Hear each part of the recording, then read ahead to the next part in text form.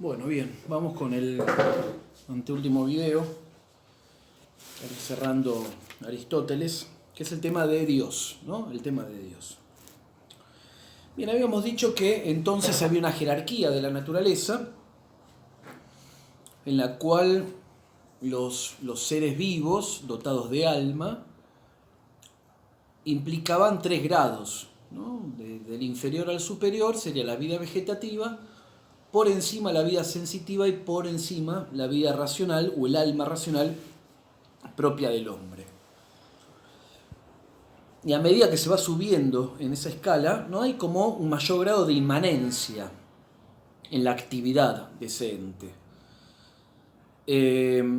Hay mayor inmanencia, por ejemplo, en la vida sensitiva que en la vegetativa, y mayor aún en la racional que en las otras dos.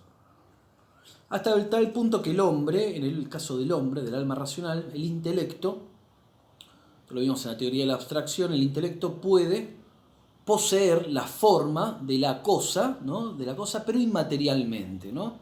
La forma separada de la materia a causa o por acción del intelecto agente.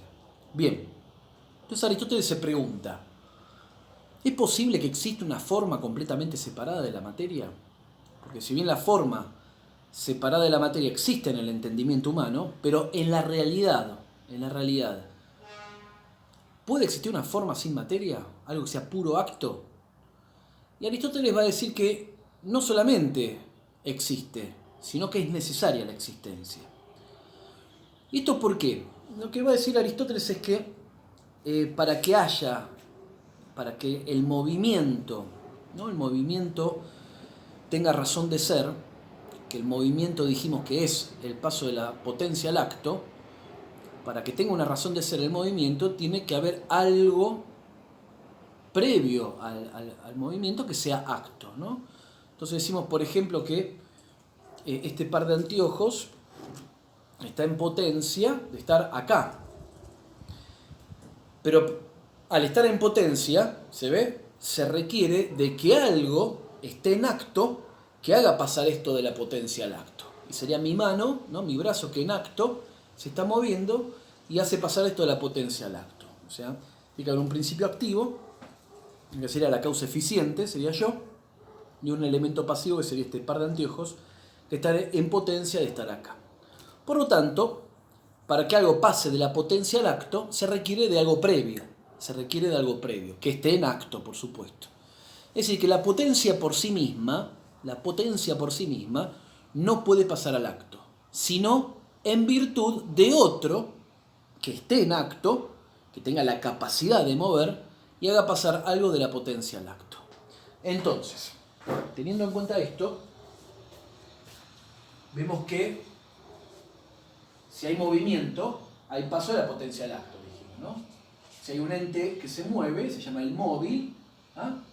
implica que en algún momento estuvo en potencia, ¿no? Y si de hecho, vamos a poner por caso el ente 1, vamos a poner el ente, un ente que vamos a llamarlo, qué sé yo, ente alfa, cualquier ente se puede tomar, el ente alfa está en potencia de moverse, pero de hecho,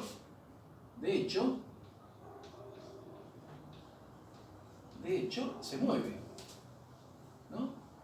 Está moviéndose, se mueve. Si se mueve, ahí implica que hubo un paso de la potencia al acto de moverse, ¿no? Un paso de la potencia al acto, ¿no? El ente alfa está en potencia de moverse.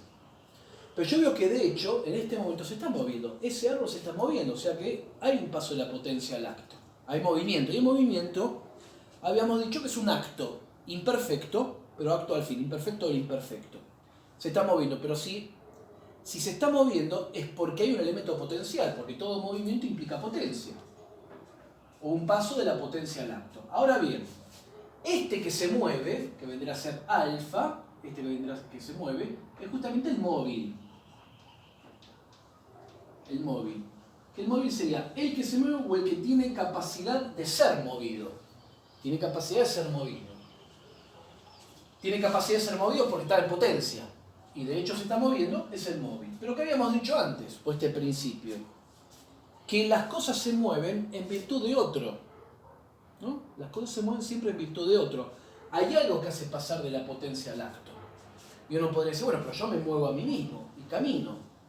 Sí, pero en verdad hay partes en mí que mueven unas a las otras. Los músculos mueven, por ejemplo, a los huesos.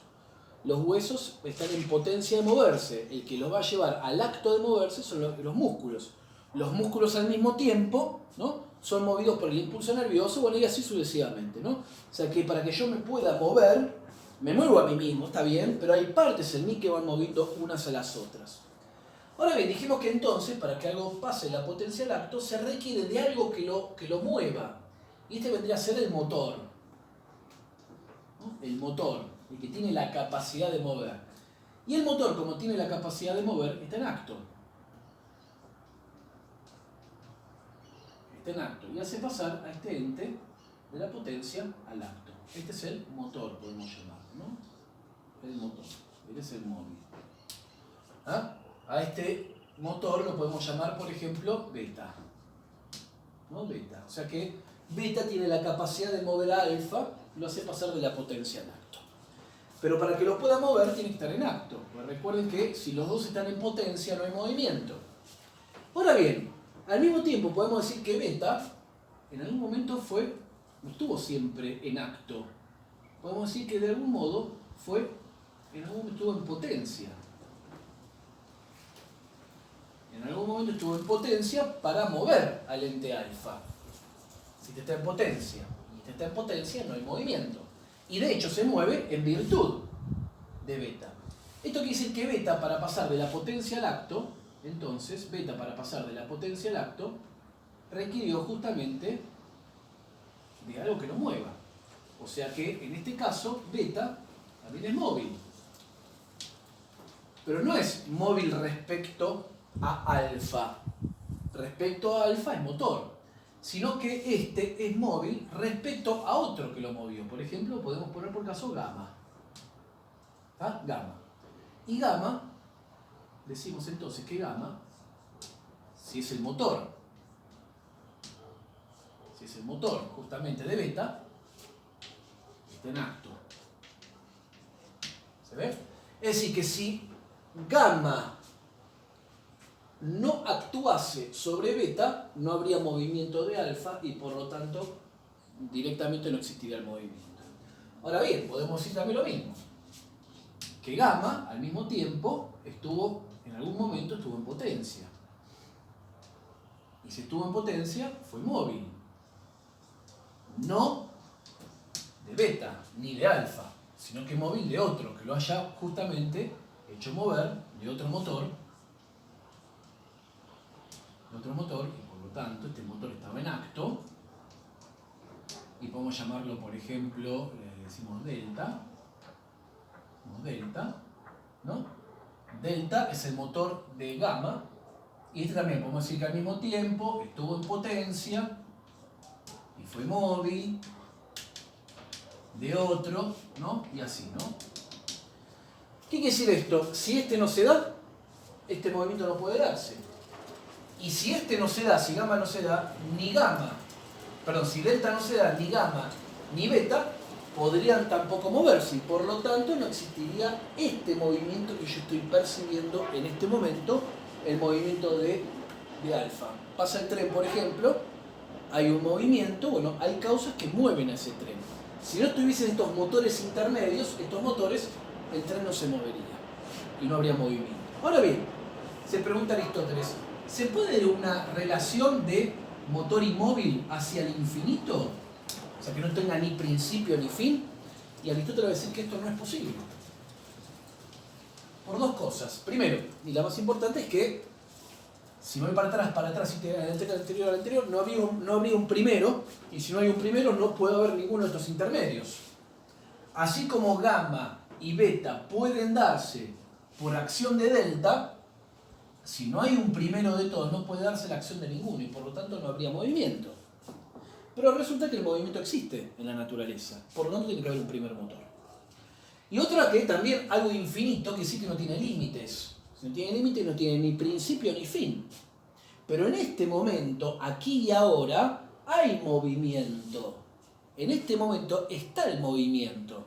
Por lo tanto, no puede ser una relación infinita de motores inmóviles, ¿no? Sin principio ni fin. Hay un corte, un aquí y ahora. Ahora en este momento hay movimiento. Esto quiere decir entonces que la relación no puede ser infinita. Por lo tanto, al no poder haber una serie causal o de motores infinitos, tiene que haber un primer motor. Un primer motor. Ahora bien, si es motor exacto. Si es motor exacto. Pero no puede tener potencia, como es el caso de estos motores intermedios, que son en acto respecto a uno, pero en potencia respecto a otros. ¿Por qué no puede tener potencia? Porque si tuviese la potencia de mover, si tuviesen potencia de mover, no movería. Necesitaría de otro anterior que lo haga pasar de la potencia del acto de mover. Pero como es el primero, no puede haber un otro anterior. Luego, este primer motor no puede tener potencia. Es un acto puro, sin potencia. Y si es acto puro, sin potencia, y teniendo en cuenta que lo que vimos, que el acto es justamente lo que es, el acto es lo que es perfección, y la potencia es imperfección, al no tener potencia, ¿se ve? Al carecer de potencia, no hay imperfección, es pura perfección. Pura perfección, puro acto. Es un acto puro, ya lo pusimos acá. Pura perfección, un siempre es, porque es acto. Ahora bien, si no tiene potencia, no hay movimiento en él. Él no se mueve. Por eso es inmóvil. Mueve, pero él no se mueve. Por eso es primer motor inmóvil, lo llama Aristóteles, el primer motor inmóvil. Es el que causa, la primera causa del devenir, pero él mismo no se mueve. Pura perfección siempre es inmóvil. La materia para Aristóteles es principio potencial. Si no tiene potencia este primer motor, entonces no tiene materia. Es inmaterial. ¿No? Siempre es, o sea que es eterno, es inmóvil, inmaterial, perfección pura, son todas las deducciones que se van haciendo, ¿no? Se pueden hacer más deducciones todavía. ¿Está? Este primer motor inmóvil, que en última instancia, él dice que esto es Dios, ¿no? El primer motor inmóvil para Aristóteles es Dios, el teos, dice. ¿Ah? Por eso es necesario, porque si este primer motor inmóvil no está, no habría motores intermedios y no habría movimiento. Pero el movimiento está, por lo tanto debe haber un primer motor inmóvil. Ahora bien, este Dios, demostrado esto, Aristóteles dice, no solamente existe una forma pura, sin material porque es forma pura, vamos a agregar acá, forma pura, ¿no? O sea que no ocupa lugar en el espacio, forma pura. Dice, pero que de alguna manera no solamente existe como forma pura, sino que es necesaria la existencia de Dios, porque si no, no se podría explicar el devenir o el movimiento de la realidad. ¿Está? Ahora bien, ¿qué hace este Dios? ¿Qué hace? ¿Cuál es su actividad? Dice Aristóteles, leo directamente, dice, está claro que este Dios, ¿no? Está claro que piensa lo más divino y lo más digno. ¿Por qué lo más digno? Porque no hay algo superior a él. Porque forma pura, es acto puro. No puede haber, es realidad máxima, máxima realidad. Por ser acto puro, aclaramos que es máxima realidad. Máxima realidad. No hay algo superior a él, porque es el primero. Por lo tanto, es lo más digno que existe. Entonces dice, está claro que piensa lo más digno y lo más divino. Y no cambia de objeto. O sea, no cambia de objeto de pensamiento, solo se piensa a sí mismo. Pues el cambio sería hacia algo peor que él. Claro, porque no hay nada, ni igual que él, ni superior a él. Pues mejor que él no hay nada. Y cosa tal ya sería un movimiento e implicaría potencia. Por lo tanto, Dios se piensa a sí mismo, puesto que es lo mejor. Y su pensamiento es pensamiento del pensamiento. Es decir, este Dios, podemos decir entonces, este Dios, ¿sí? Su actividad es pensar. Pensar. Pero lo único que piensa es a sí mismo, pensarse a sí mismo. Porque todo entendimiento, todo sujeto que conoce y piensa, cuando piensa un objeto. Un objeto. Ahora bien, lo más digno que hay en él es el mismo. O sea, que su propio objeto de pensamiento es el mismo. Si pensaría algo que fuese distinto de él, implicaría un doble problema. Primero, que pensaría se rebajaría este Dios. No se rebajaría. Sería algo indigno en él, pensar algo inferior. Algo indigno de un Dios. Y aparte, tampoco podría, dice Aristóteles, pensar algo distinto de sí mismo. Porque si pensaría algo distinto de sí mismo, habría cambio. Pasaría de pensarse a sí mismo a pensar algo distinto de sí. Pero como no puede haber cambio en él porque es inmóvil, ¿se ve? Y no hay potencia, no puede pensarse más que a sí mismo. Por lo tanto, este Dios, decimos, no piensa el mundo. No piensa el mundo.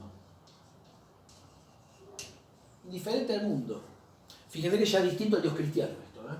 No piensa el mundo directamente, solo se piensa a sí mismo, ¿no? Solo se piensa a sí mismo. Al no pensar el mundo tampoco hay creación. No hay creación, que para los griegos el concepto de creación no está en su mente. No hay creación del mundo. Si no hay creación, se deduce que el mundo, para Aristóteles, el mundo es eterno. Siempre existió. Es decir, que el mundo que deviene, el universo, ¿no? El cosmos que deviene, siempre en movimiento, estuvo deviniendo, ¿no? Desde siempre. La causa, la última razón de este devenir constante y perenne de la realidad está justamente en Dios. No hay creación, se piensa a sí mismo, no hay providencia, porque no participa Dios en las cosas del mundo, no hay providencia. Que después el cristianismo va a replantear esto. Va a haber creación y va a haber providencia, no hay providencia. ¿Está? Ahora, hay una pregunta que surge. ¿Cómo mueve Dios el mundo? ¿Cómo lo mueve sin que Él se mueva? Sin que Él se mueva. Porque como Él no tiene ningún tipo de movimiento, ¿se ve? Pero es causa del mundo,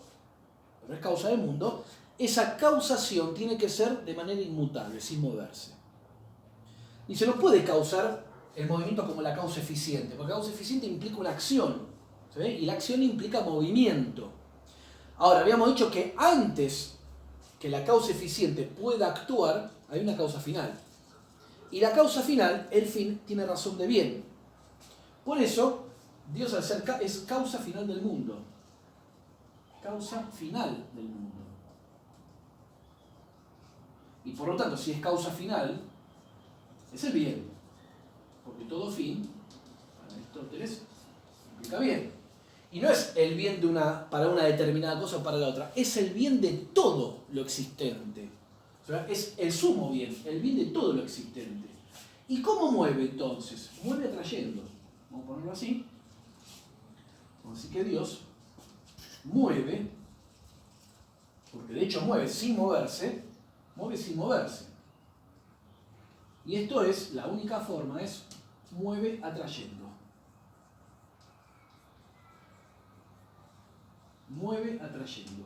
Y todo lo que atrae, todo aquel objeto que atrae la voluntad de alguien, si tengo hambre me atrae un alimento, es porque el alimento es algo bueno, por eso me atrae.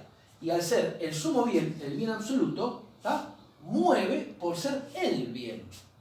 ¿Se entiende? Mueve por ser justamente el bien. Y todo lo que atrae es bello. Por eso es bello y bueno. Es la belleza y la bondad. Y por eso atrae. Dios mueve el mundo atrayendo. ¿Se ve? Pero de alguna manera no piensa el mundo, no se preocupa por el mundo, sino que es al revés. Es el mundo quien de alguna manera se mueve hacia Dios. Y no, no es que Dios mueve el mundo, sino que atrae, ¿no? El mundo se mueve atraído justamente por este Dios. Bien, hasta acá esto es el Dios para Aristóteles, ¿está? Es un Dios que es inmanente al mundo, está en el mundo de alguna manera, es inmaterial, por supuesto, se piensa a sí mismo, no piensa en el mundo, es causa final de todo, porque es el bien máximo y por lo tanto es la belleza. No hay creación y tampoco hay providencia, y por lo tanto el mundo siempre existió para Aristóteles, ¿está? Bueno, muy bien, hasta acá, y el próximo video vamos a dar algunos elementos básicos de la ética aristotélica. Y en el próximo video, bueno, aparte de la ética, en el otro vamos a ver una síntesis de la filosofía post-aristotélica para entrar después en filosofía medieval. Bueno, muy bien, nada más.